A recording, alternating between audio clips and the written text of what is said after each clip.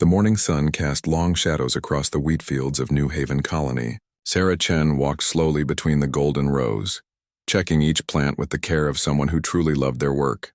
The grain swayed gently in the artificial breeze created by the atmospheric processors that kept this world habitable for human life. New Haven was one of humanity's newer settlements, built on a planet orbiting a young star 67 light-years from Earth. The colony had been established 12 years ago by families seeking a simpler life away from the crowded cities of the core worlds. Here, people could breathe clean air, grow their own food, and watch their children play under an alien sky. Sarah paused to examine a particularly healthy stalk of wheat. The genetic modifications her team had made were working perfectly. This strain could grow in the slightly different soil composition of New Haven, while maintaining all the nutritional value of Earth wheat. It was work that made her proud. They were not just surviving on this distant world. They were thriving. "Mom, look what I found." Her 8-year-old daughter Emma came running through the field, holding something cupped in her small hands. Sarah smiled as Emma approached, her face bright with excitement. "What is it, sweetheart?" Sarah asked, kneeling down to Emma's level. Emma carefully opened her hands to reveal a small, iridescent beetle unlike anything found on Earth. The creature's shell shimmered with colors that shifted from deep blue to bright green as it moved. "It was sitting on one of the monitoring posts," Emma explained. "I think it likes the humming sound the machines make." Sarah studied the beetle carefully. The local wildlife on New Haven was generally harmless, but the colonists had learned to be cautious about new species. "This one looked familiar, though." "I think that's a harmony beetle," she said. "Dr. Martinez showed me pictures of them last week. They're completely safe, and they actually help the crops by eating harmful insects." Emma grinned and gently set the beetle down on a nearby plant. They watched as it crawled along the wheat stalk, its shell continuing to shimmer in the sunlight. "Can we keep some in our garden?" Emma asked. "We can try," Sarah replied. "But remember, this is their home too. We're just guests here." This was the philosophy that guided most of the Outer Rim colonies. Humans had learned from the mistakes made on Earth centuries ago. They approached new worlds with respect, taking only what they needed and giving back whenever possible. The technology existed to completely reshape these planets, to make them identical to Earth, but the colonists chose a different path.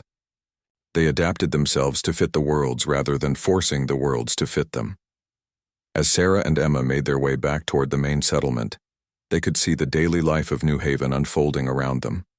In the distance, the mining crews were heading out to the mineral extraction sites in their heavy vehicles. The deposits on New Haven were rich in rare earth elements that were essential for the advanced technology that kept human civilization running. But the mining was done carefully, with strict environmental controls to minimize damage to the planet's ecosystem.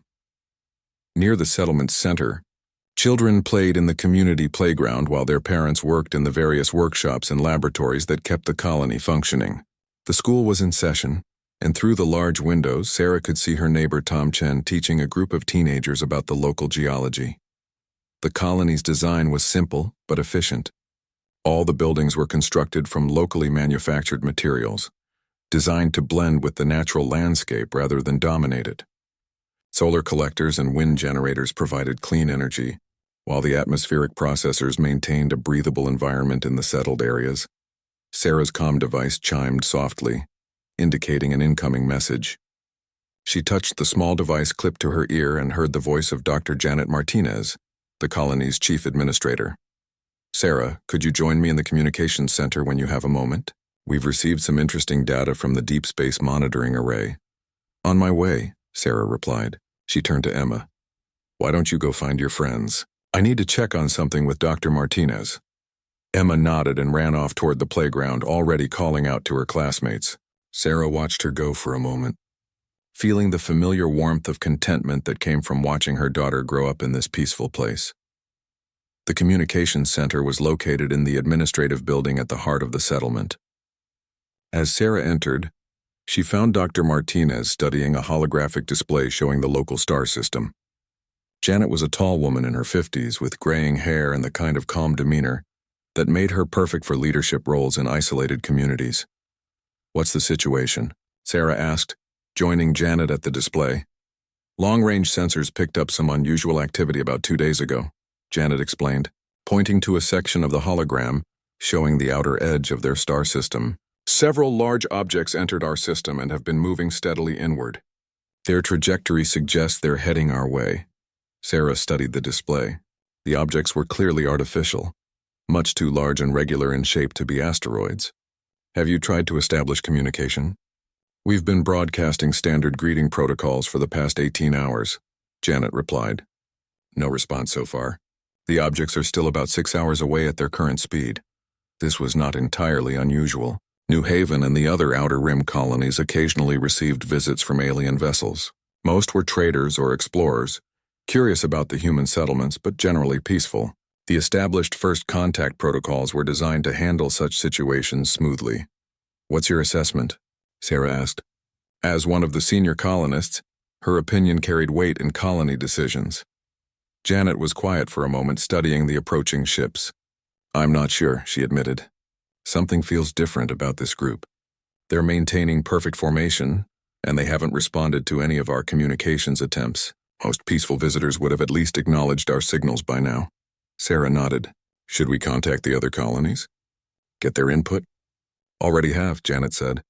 Riverside Colony reported similar ships in their system yesterday. They lost contact about 4 hours ago.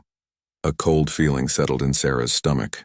Riverside Colony was only 12 light-years away, with a population of about 8,000 people. Losing contact was highly unusual. The quantum communication systems used by the colonies were extremely reliable. What about Sterling Base? Sarah asked, referring to the mining colony in the next system over. No response to our calls, Janet replied grimly. I've also tried to reach the Colonial Administration on Kepler Prime, but there seems to be some kind of interference affecting long-range communications. The implications were becoming clear, and Sarah didn't like them. 3 colonies losing contact in the span of a day was not a coincidence. What are our options? Janet activated another section of the holographic display, showing New Haven's defensive capabilities. Like all Outer Rim colonies, they had basic security measures, shields that could protect against small meteor impacts or solar flares, and a few security vehicles armed with crowd control weapons.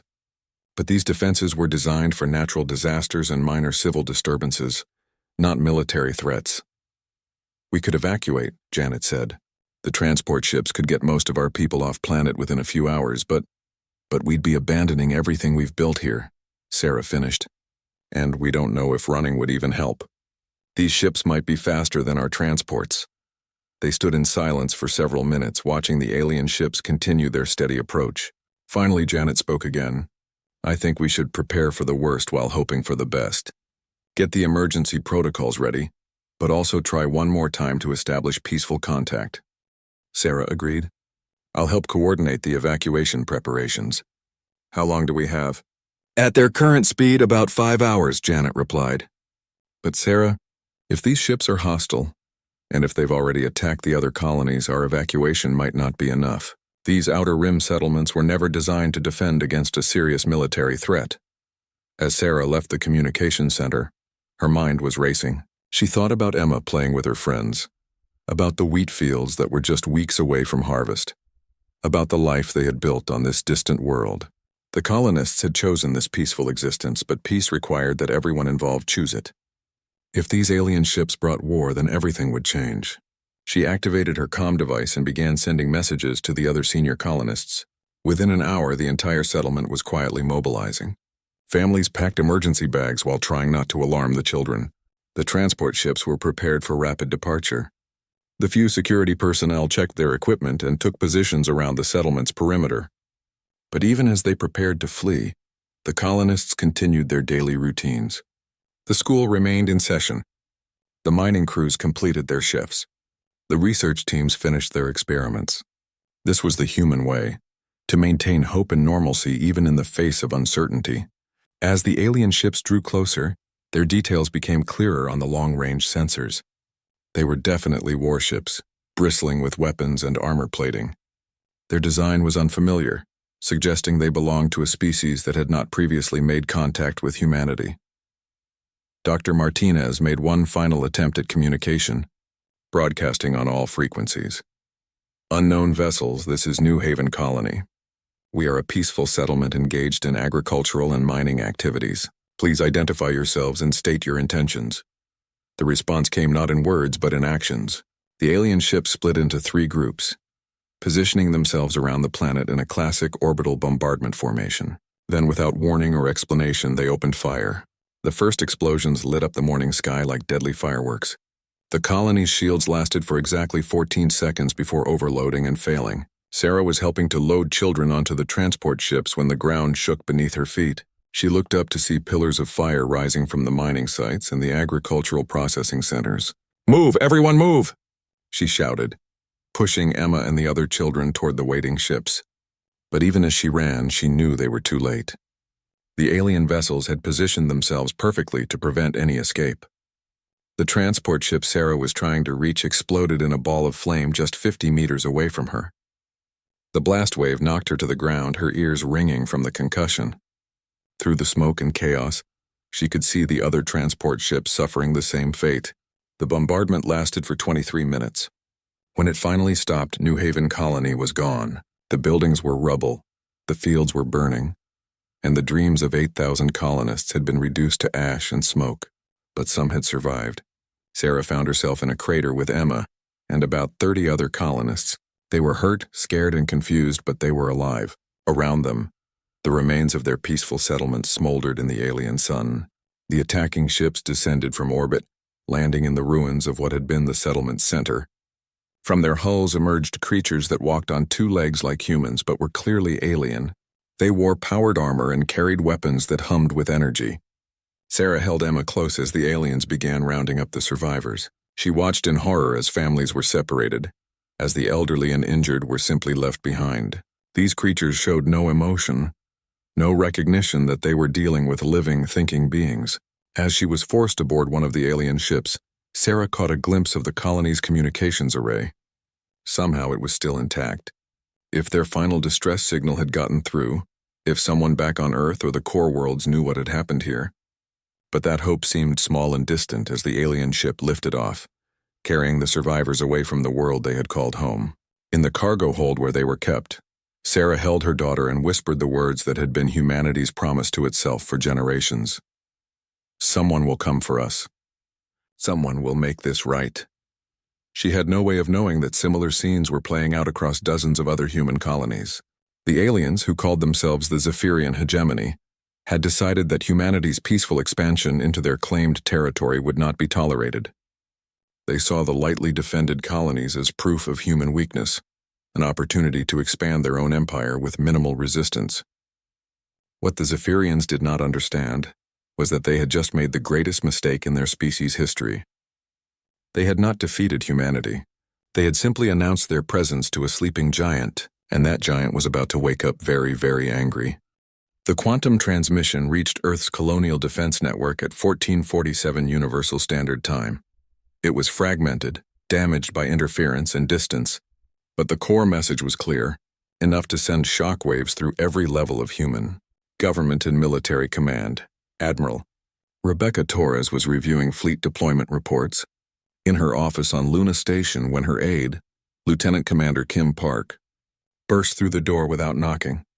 The young officer's face was pale and her hands were shaking as she held a data pad. "Admiral, you need to see this immediately," Kim said, her voice tight with barely controlled emotion. Rebecca looked up from her reports, noting the lieutenant commander's distress. In her 25 years of military service, she had learned to recognize the signs of truly bad news. "What is it, Kim?" "We've received emergency transmissions from the Outer Rim colonies," Kim replied, activating the wall display. "At least 17 settlements have been attacked. The signals are broken up, but the parts we can decode. The display filled with static-laden images and fragmented audio. Through the interference, Rebecca could make out scenes of destruction. Burning buildings, panicked civilians, and explosions lighting up alien skies. The audio was equally disturbing. Voices calling for help, children crying, and the unmistakable sounds of weapons fire. "Jesus Christ," Rebecca whispered, standing up from her desk. "How many casualties?" "We don't know yet," Kim replied. "Most of the colonies have gone completely silent. The few that are still transmitting are reporting massive damage and civilian deaths. New Haven Colony managed to get out a partial message before they were cut off. Population 8,000 presumed lost. Rebecca felt a cold anger settling in her chest. New Haven was one of the newer settlements, populated mostly by families with young children. She had visited there 2 years ago during a routine inspection tour and remembered the pride the colonists had taken in their peaceful community. "Who's responsible?" she asked. Kim activated another section of the display showing a tactical analysis compiled by the Colonial Intelligence Division. Unknown alien force apparently calling themselves the Zephyrian Hegemony.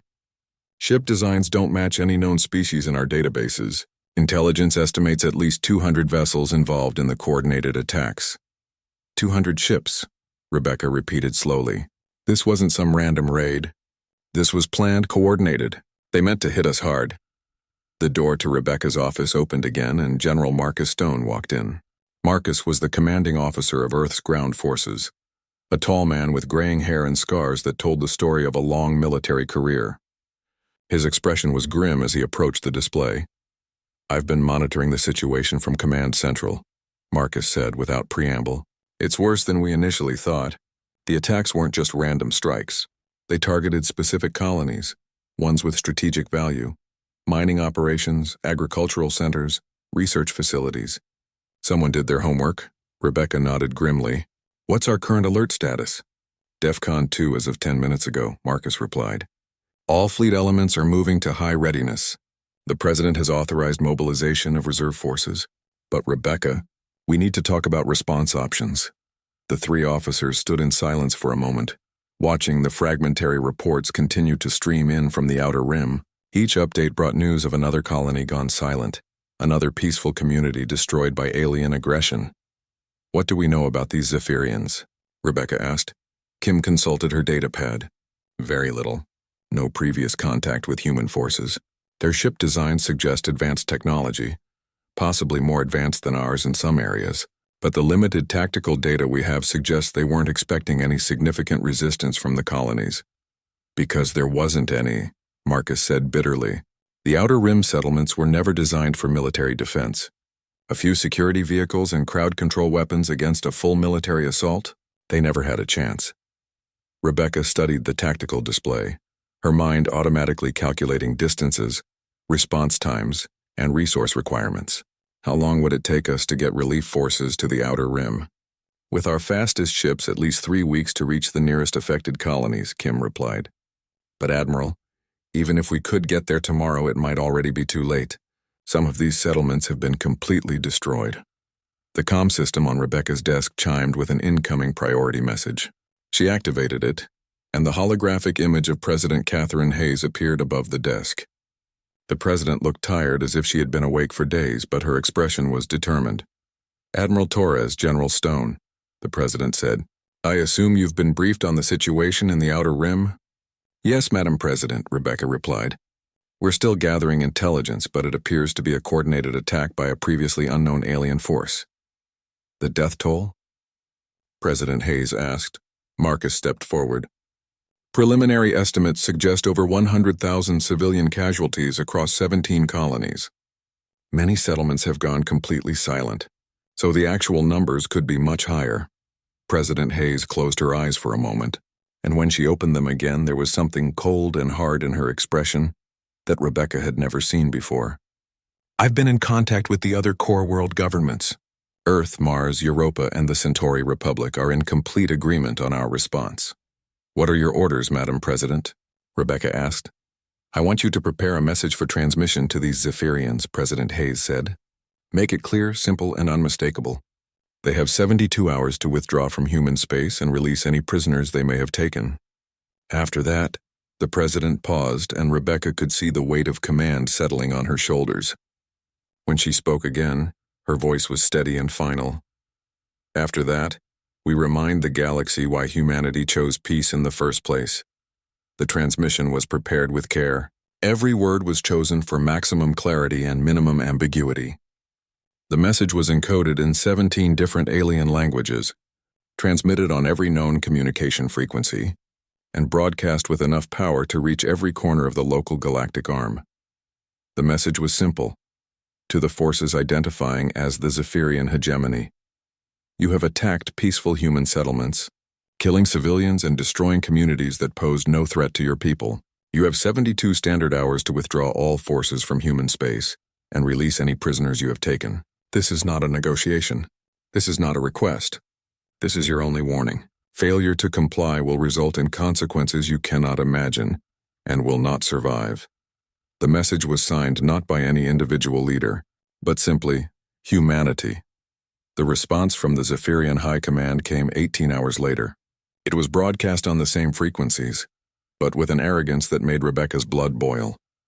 Inferior human species. The message began in heavily accented Standard Galactic. Your pathetic colonies existed in space claimed by the glorious Zephyrian hegemony.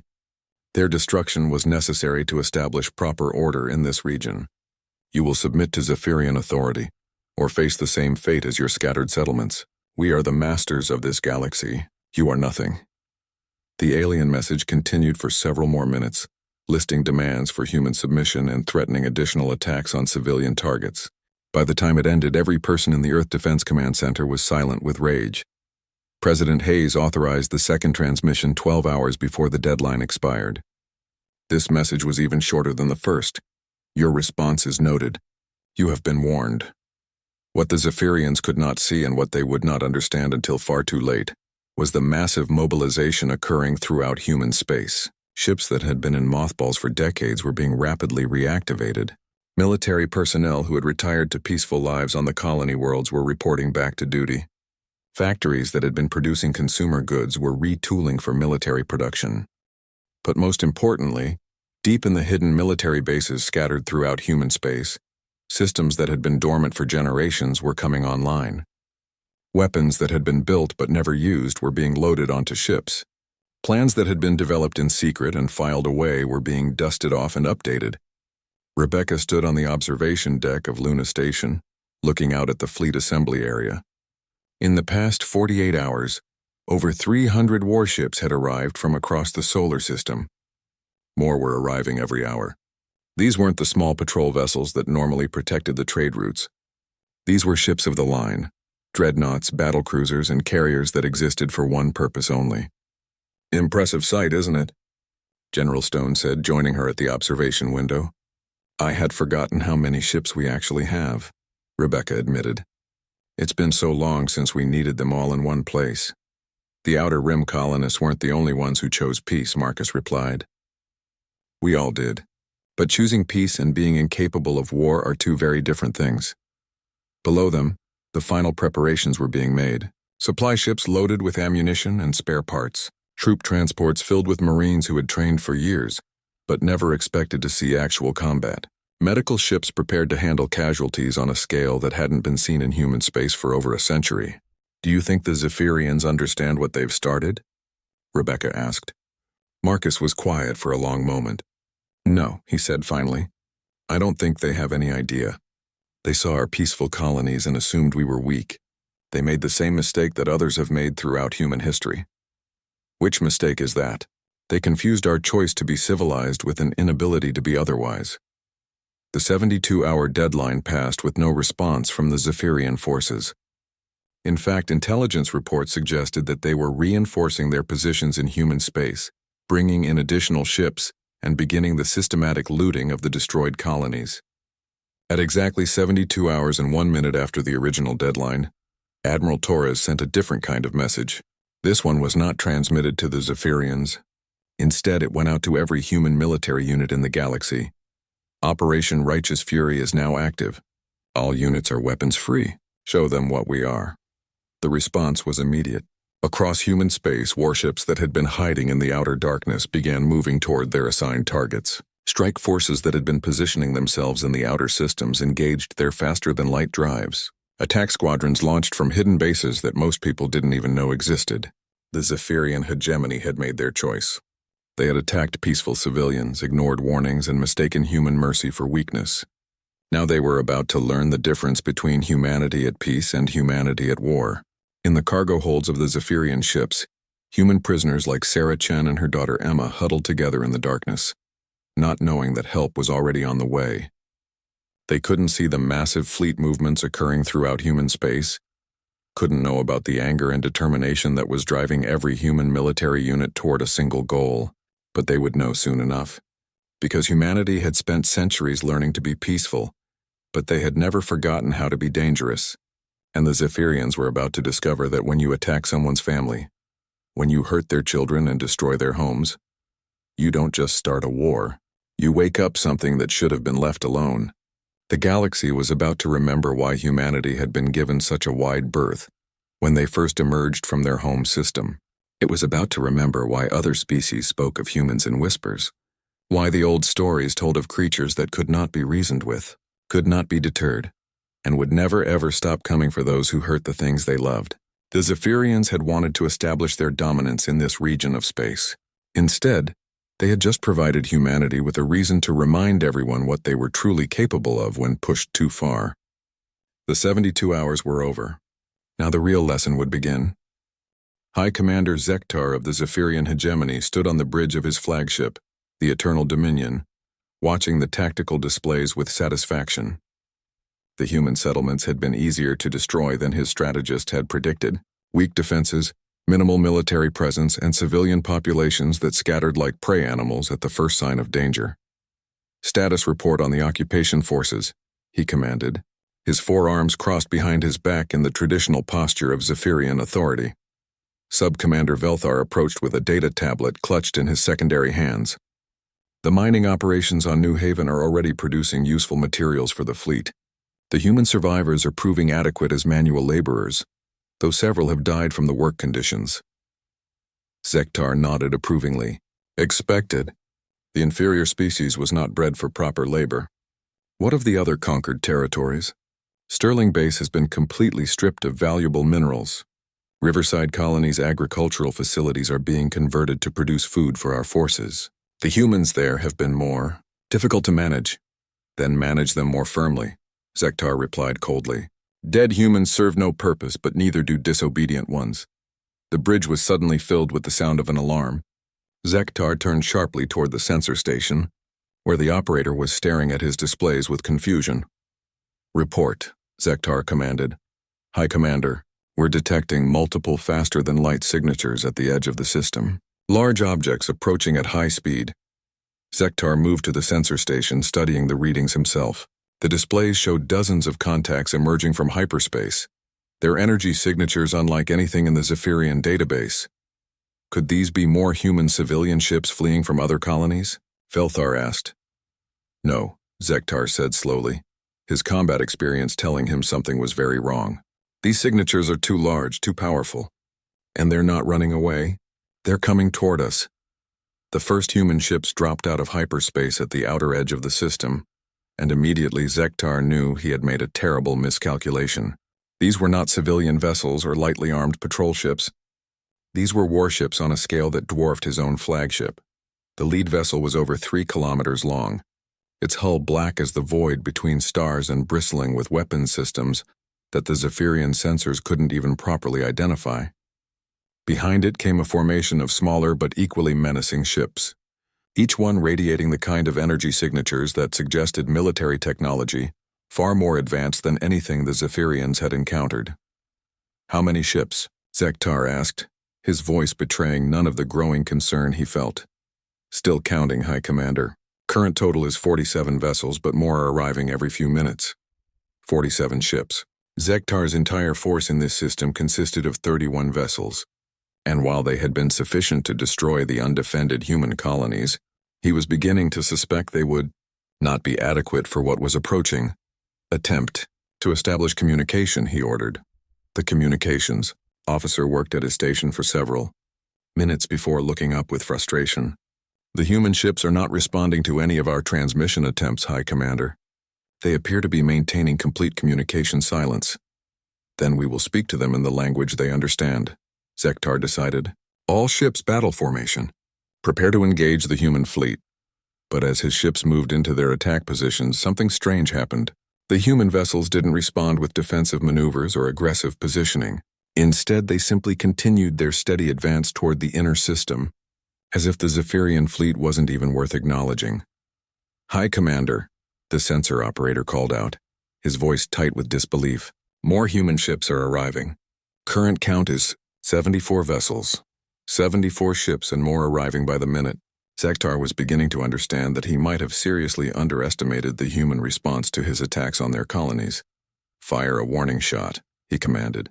Let them know we are here and prepared to defend our conquered territory.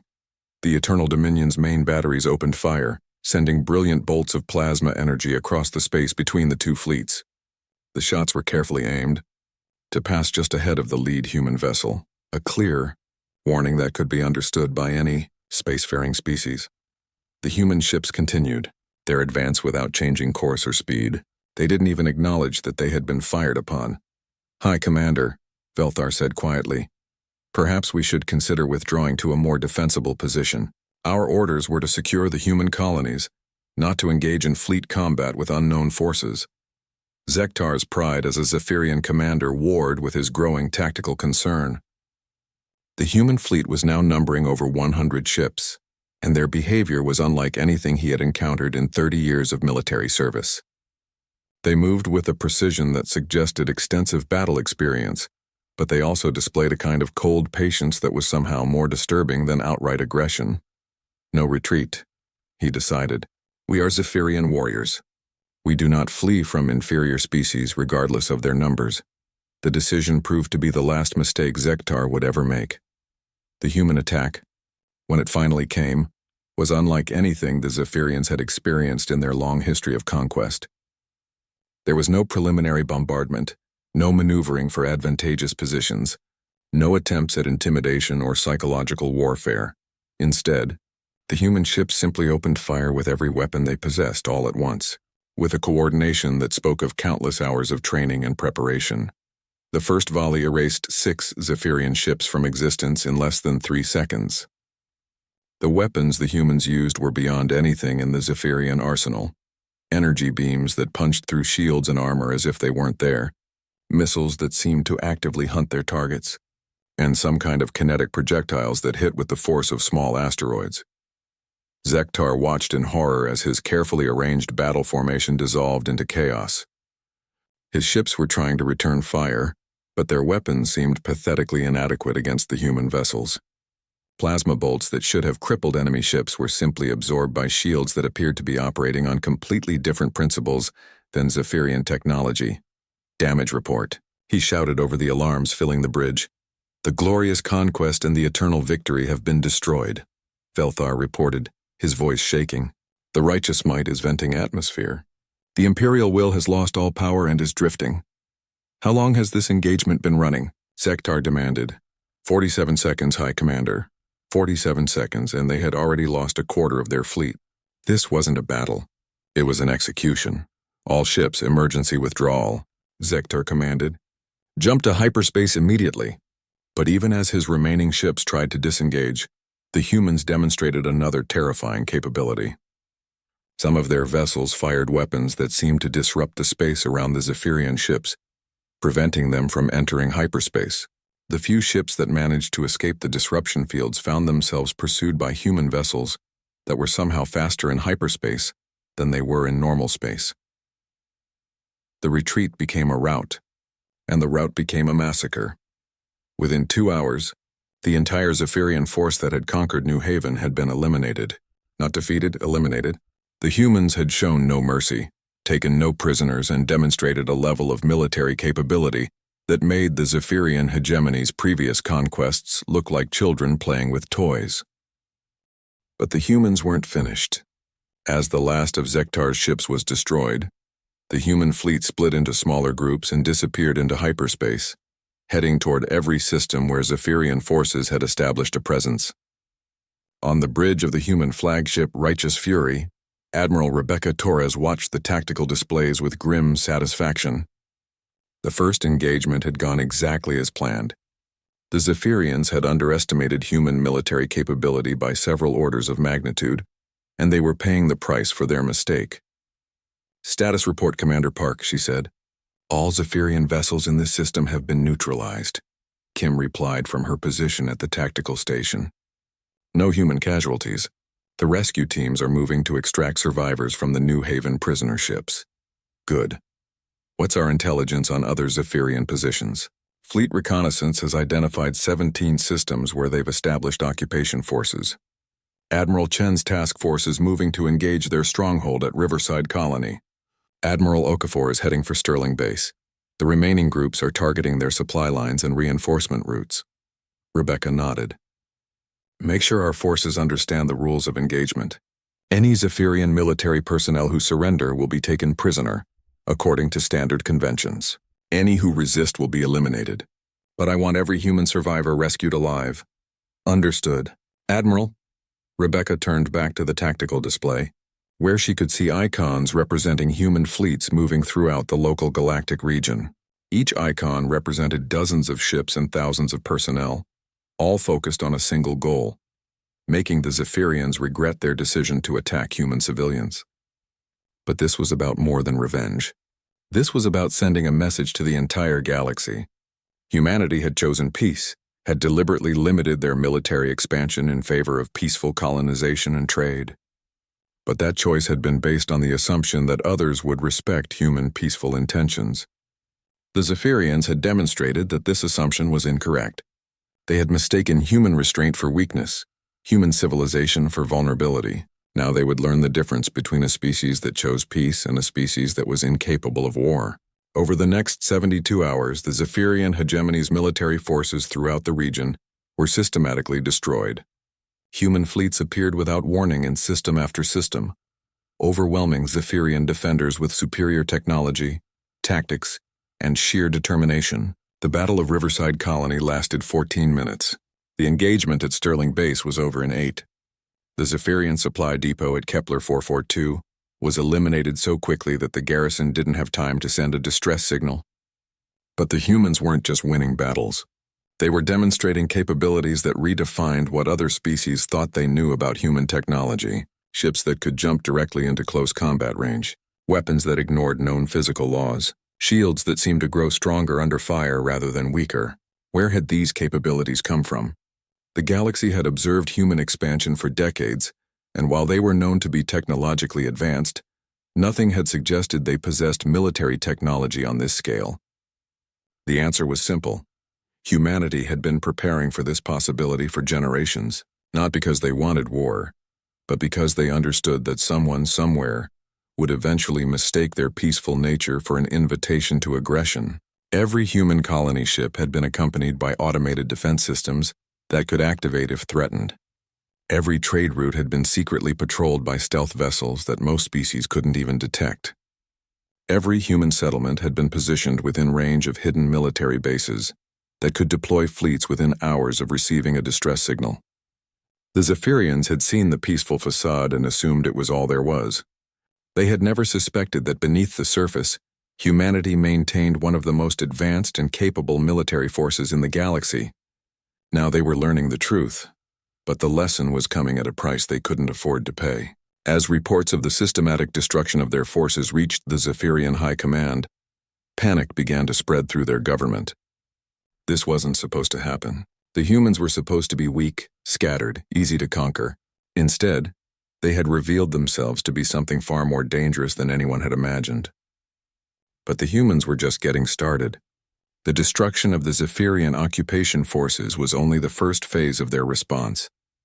Now came the second phase, demonstrating to the entire galaxy that attacking human civilians was a mistake no species would ever want to make twice. The Zephyrians had awakened something that had been sleeping by choice. Now they would face the consequences of that awakening, and the galaxy would remember why humanity had been given such a wide berth when they first emerged from their home system. The creatures the Zephyrians couldn't command were coming for them, and there would be no place in the galaxy where they could hide from human justice. Supreme Overlord Thekmaran of the Zephyrian hegemony stood before the Great War Council in the capital city of Zephyr Prime, his forearms trembling with rage and disbelief. Around the massive circular chamber, the greatest military minds of his empire struggled to make sense of reports that defied everything they thought they knew about warfare. Explain to me again how an entire battle fleet can simply disappear, Thekmaran demanded, his voice echoing off the crystalline walls of the council chamber. War Marshal Kek Thul, the eldest and most experienced military commander in the hegemony, consulted his data tablets with obvious distress. Supreme Overlord, the situation is unprecedented. Fleet Command Sigma, consisting of 43 vessels, including 2 of our newest dreadnoughts, was completely destroyed in the Kepler 442 system. The engagement lasted less than 12 minutes. 12 minutes to destroy 43 ships? Tegmaron's voice rose to a dangerous pitch. These are human vessels we are discussing, not some legendary alien superpower. With respect, Supreme Overlord, another council member interjected. Perhaps our intelligence regarding human capabilities was incomplete. Tegmaron's eyes blazed as he turned toward the speaker. Incomplete? We observed their colonies for months before the attacks. Peaceful settlements with minimal defenses, agricultural worlds and mining operations. Nothing that suggested significant military capability. That appears to have been the point, War Marshal Kek Thule said quietly. Our analysts now believe the humans deliberately maintained the appearance of weakness while concealing their true military strength. The Supreme Overlord began pacing around the circular chamber, his clawed feet clicking against the polished stone floor. How many fleets have we lost in the past week? 17 battle groups, Supreme Overlord. Approximately 430 vessels of various classes. We estimate that over 60,000 of our finest warriors have been killed or are missing in action. The numbers were staggering. The Zephyrian hegemony had built their empire over centuries of careful conquest, always choosing targets they could defeat with minimal losses. They had never faced an enemy capable of inflicting casualties on this scale. What do we know about human military technology? Tegmaron asked. War Marshal Kek Thule activated a holographic display in the center of the chamber.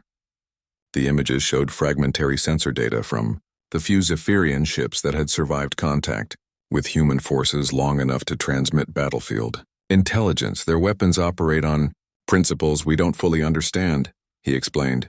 Energy weapons that seem to ignore our shield frequencies, kinetic projectiles that hit with impossible force, and some kind of missile system that actively pursues targets even after they've changed course multiple times. But more concerning than their technology is their tactical doctrine, another council member added. They don't fight like any species we've encountered. They show no interest in posturing, no concern for casualties, and no apparent limit to the resources they're willing to commit. Tegmaron studied the tactical displays, trying to understand how his mighty empire had suddenly found itself on the defensive against a species they had dismissed as weak and scattered. What about their fleet numbers? He asked. Unknown, Supreme Overlord. Every engagement has revealed new human vessels that don't match any of our previous intelligence. Our estimates of their total military capability have been revised upward 17 times in the past week, and we still don't believe we have accurate numbers. The chamber fell silent as the full implications of this information settled over the council. The Zephyrian hegemony had built their empire by carefully choosing targets they could defeat. But they had apparently chosen to attack an enemy whose true strength they had completely failed to understand. Recommendations? Tegmaron demanded. We should consider opening negotiations, one of the younger council members suggested. If we offer to return their prisoners and withdraw from the disputed territories, perhaps? Absolutely not, Tegmaron roared. The hegemony does not negotiate with inferior species. We do not withdraw from territories we have rightfully claimed. Then we must find a way to defeat them militarily, War Marshal Kek Thule said. I recommend we consolidate our remaining forces and make a decisive strike against their home system. If we can threaten their core worlds, they may be willing to accept a negotiated settlement. Tegmaron considered this option. It was risky, but it might be their only chance to salvage something from this disaster. How many ships can we assemble for such an operation? If we strip the border defenses and recall all our expeditionary forces, we could field approximately 800 vessels, including 12 of our most powerful dreadnoughts and the personal flagship of the hegemony itself. Do it, Tegmaron decided. Gather every ship we have. We will show these humans the true power of the Zephyrian hegemony. But even as the orders went out to assemble the greatest fleet in Zephyrian history, events were unfolding that would make this massive military effort irrelevant. 3 star systems away, Captain Maria Santos of the human stealth ship Shadow Walker observed a Zephyrian supply convoy, making its way through what the aliens believed was secure territory. The convoy consisted of 12 cargo vessels and 4 escort ships, carrying supplies and reinforcements to Zephyrian forces still holding positions in the outer rim. Target assessment complete, her tactical officer reported. The cargo ships appear to be carrying military equipment and personnel. The escorts are light cruisers, nothing we can't handle. Maria nodded. Signal the task force. All ships prepare for coordinated strike. The Shadow Walker was not alone. Invisible to Zephyrian sensors, a dozen human stealth ships had been shadowing the convoy for the past 2 days, waiting for the perfect moment to strike. All ships report ready, Captain. Execute. The attack was swift and merciless. The Zephyrian convoy was completely destroyed within minutes.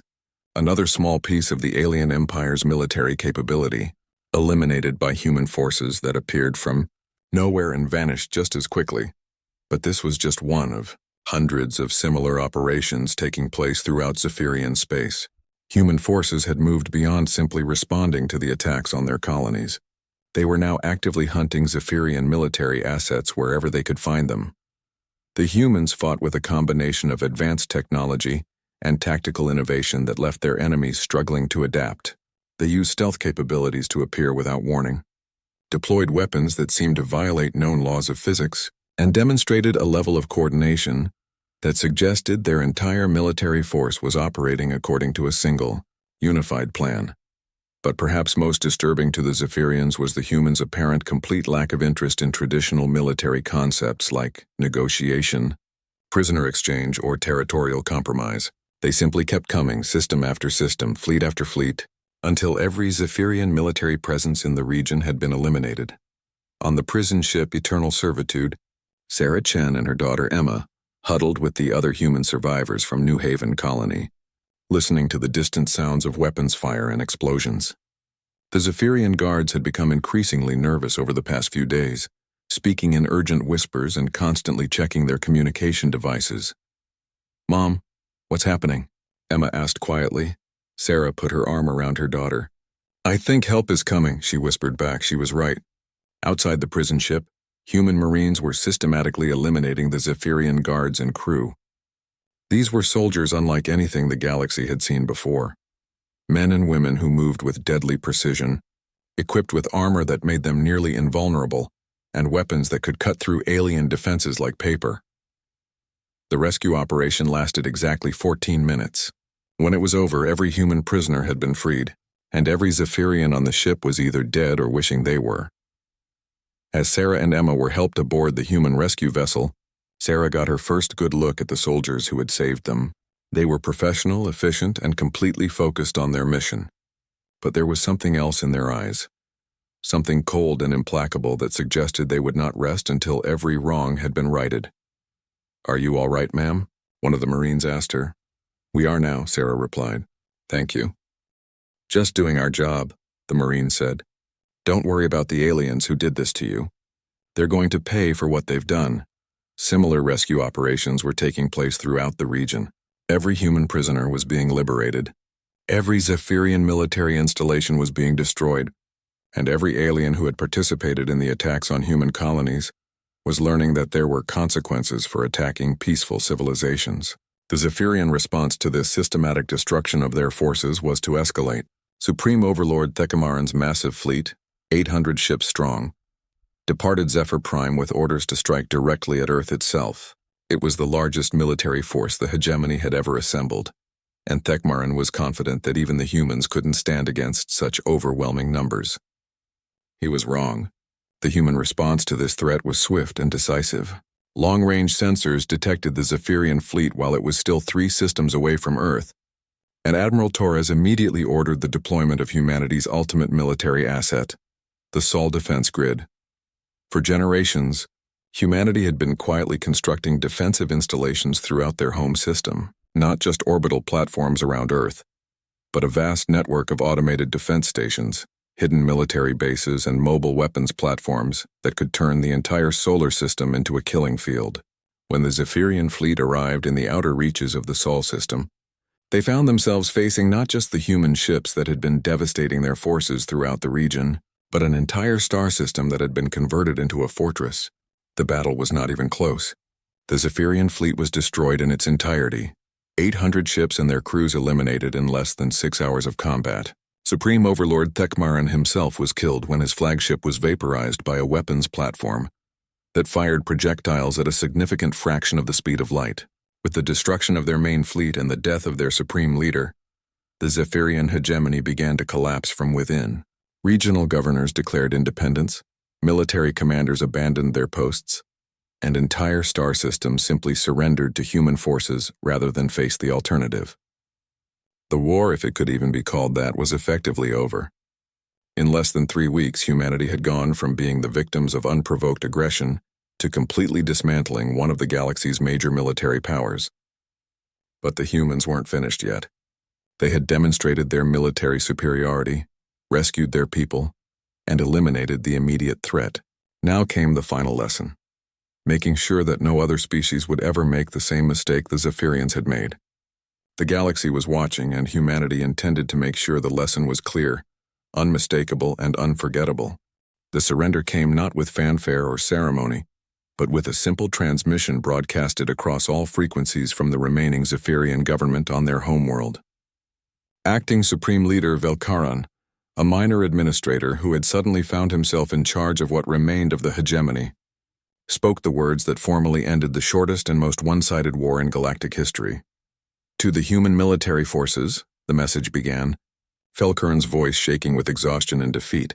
The Zephyrian hegemony formally requests immediate cessation of hostilities. We surrender unconditionally and await your terms. Admiral Rebecca Torres received the transmission aboard her flagship in orbit around Zephyr Prime. Around her, the bridge crew maintained their professional composure, but she could sense their satisfaction. Justice had been delivered swiftly and completely. Signal all human forces, she ordered. Offensive operations are suspended pending negotiation of surrender terms. Maintain defensive positions and continue search and rescue operations for any remaining human prisoners. The war was over, but the real work was just beginning. Humanity now faced the challenge of transforming their overwhelming military victory into a lasting peace that would prevent similar tragedies in the future. President Catherine Hayes arrived in the Zephyr system aboard the diplomatic vessel New Horizons, 3 days after the surrender. With her came not just negotiators and administrators, but also relief workers, medical personnel, and the resources needed to begin rebuilding the shattered remnants of the Zephyrian hegemony. The meeting took place on Zephyr Prime's largest moon, in a conference facility that had been hastily constructed by human engineering teams. The symbolism was intentional. This was neutral ground, a place where former enemies could meet as equals to discuss the future. Velkaran arrived with a small delegation of surviving Zephyrian officials, their ornate ceremonial armor replaced by simple civilian clothing. The contrast with their previous arrogance was stark and deliberate. President Hayes, Velkaran said as he entered the conference room, his forearms positioned in the Zephyrian gesture of submission. On behalf of what remains of the Zephyrian people, I thank you for agreeing to these negotiations. President Hayes studied the alien leader for a moment before responding. Let's be clear about something from the beginning, she said calmly. We're not here to gloat or to humiliate your people. We're here to ensure that the mistakes that led to this conflict are never repeated. The negotiations lasted for 6 days. The human terms were firm but not cruel. All human prisoners and their remains would be returned immediately. The Zephyrian government would provide full reparations to the families of those killed in the attacks on human colonies. All Zephyrian military forces would be reduced to a size sufficient only for internal security. Most importantly, the hegemony would renounce all claims to territory outside their core systems and would never again raise arms against any peaceful civilization. But the humans also offered something unexpected. Assistance. Your people are not our enemies, President Hayes explained to the Zephyrian delegation. Your leaders made a terrible decision, but that doesn't condemn your entire species to suffering. We will help you rebuild, help you establish a stable government, and help you find a new place in the galactic community. This offer of aid confused many of the Zephyrian officials. In their experience, conquest led to enslavement or extermination. The concept of a victor offering to help the defeated rebuild was completely foreign to their understanding of warfare. Why would you do this? Velkaran asked. You have defeated us completely. You could take whatever you wanted from our worlds. Because that's not who we are, President Hayes replied. We didn't fight this war to gain territory or resources. We fought to protect our people and to ensure that peaceful species can exist without fear of unprovoked aggression. Your people can be part of that future if you choose to be. The formal peace treaty was signed on the 7th day. As the documents were completed, President Hayes made one final statement that would be remembered throughout the galaxy for generations to come. Let this be the last time any species makes the mistake of confusing human kindness for weakness. We chose peace not because we had to, but because we could afford to.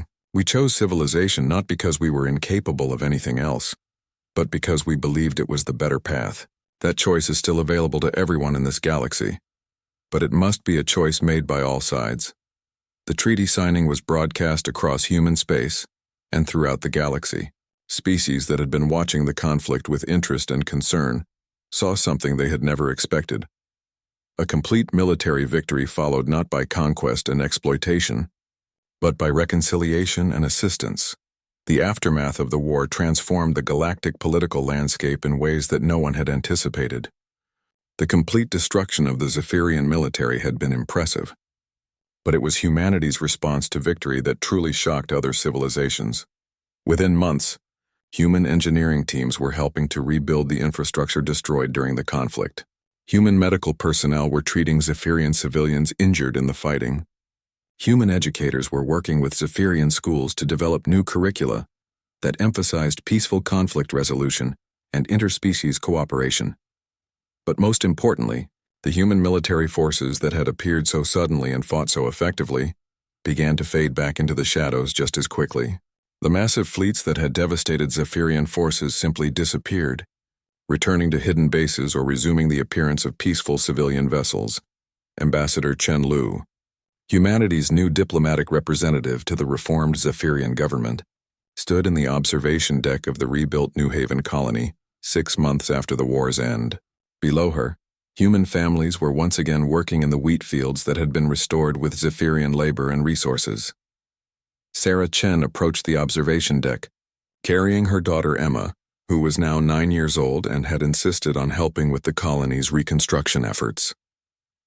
Ambassador Chen, Sarah said with a smile, Emma wanted to show you something. Emma held up a small device that she had been working on in the colony's engineering workshop. It's a translator, she announced proudly. So human and Zephyrian kids can talk to each other when they're playing together. The ambassador examined the device with appropriate seriousness. This is excellent work, Emma. Have you tested it yet? Uh-huh, Emma replied excitedly. There's a Zephyrian family helping to rebuild the school, and they have a boy about my age. We've been teaching each other games from our different planets. This was the future that humanity had fought to preserve. Children of different species playing together, learning from each other, building friendships that would last for generations. It was a future that had been threatened by those who believed that might made right, but which had been secured by those who understood that true strength lay in the choice to protect the innocent. As the months passed, word of humanity's conduct during and after the war spread throughout the galaxy. Other species began to reconsider their previous assessments of human capabilities and intentions. The peaceful human colonies that had seemed like easy targets were now understood to be outposts of a civilization that possessed both the power to destroy any aggressor and the wisdom to choose mercy over vengeance. The Galactic Trade Consortium, which had previously viewed humanity as a minor power of limited importance, suddenly found human representatives being invited to their most important negotiations. The Interspecies Diplomatic Council, which had operated for centuries without human participation, formally requested that humanity accept a permanent seat on their governing board. But perhaps the most significant change was in how conflicts between different species were resolved. The human example had demonstrated that it was possible to achieve complete victory through superior force, while still maintaining moral authority through restraint and mercy. Other civilizations began to adopt similar approaches to their own disputes, choosing negotiation and peaceful resolution over the traditional cycle of conquest and revenge. A year after the end of the war, Admiral Rebecca Torres stood once again on the observation deck of Luna Station, looking out at the fleet assembly area. But now, instead of warships preparing for battle, she watched as the last of humanity's military vessels returned to their hidden bases, or resumed their peaceful missions. "Any regrets, Admiral?" General Marcus Stone asked, joining her at the observation window. "About the war?" "None at all," Rebecca replied. "Those bastards got exactly what they deserved. About what comes next? That remains to be seen." "The politicians seem optimistic," Marcus observed. "They think this will usher in a new era of galactic peace and cooperation." "Maybe it will," Rebecca said. "But we both know that there will always be someone, somewhere, who thinks they can take what isn't theirs by force. The galaxy is a big place, and not everyone learned the lesson we taught the Zephyrians. So we stay ready." "We stay ready," Rebecca confirmed. "But we also hope we never have to use that readiness again." As if to underscore her point, a new message appeared on the communication displays around the observation deck. It was from the colony ship New Endeavor, which had just departed Earth for a star system on the far edge of explored space. "Luna Station, this is Captain Rodriguez aboard the New Endeavor. We are beginning our journey to the Kepler 438 system, where we will establish humanity's newest colony. Our passenger manifest includes 2,000 families seeking a peaceful life among the stars, as well as several dozen Zephyrian volunteers who have requested permission to join our colonial effort. We expect to arrive at our destination in 14 months and will begin broadcasting regular updates once our settlement is established. For now, we send our thanks to all those who made this journey possible, and our hopes for a future where all species can explore the galaxy together in peace." Rebecca smiled as she listened to the message. This was why they had fought. Not for territory or resources, but for the right of peaceful beings to build new homes and new lives without fear of those who would take everything by force. The war with the Zephyrian hegemony was over, but humanity's real mission was just beginning. They had proven that they could defend themselves and others when necessary. Now they had to prove that they could build something better than the cycle of violence that had dominated galactic politics for so long. Throughout the galaxy, other species watched and waited to see what humanity would do with the power they had so decisively demonstrated. Some hoped for leadership and protection, others feared eventual human domination. But all of them had learned a fundamental truth that would shape galactic politics for generations to come. Humanity had chosen to be peaceful, not because they were weak, but because they were strong enough to make that choice. And anyone who tried to take that choice away from them would discover what they were truly capable of when pushed too far. The creatures that the Zephyrians couldn't command had returned to their peaceful pursuits, but they would always be watching, always be ready, and always be prepared to remind the galaxy that some lines should never be crossed.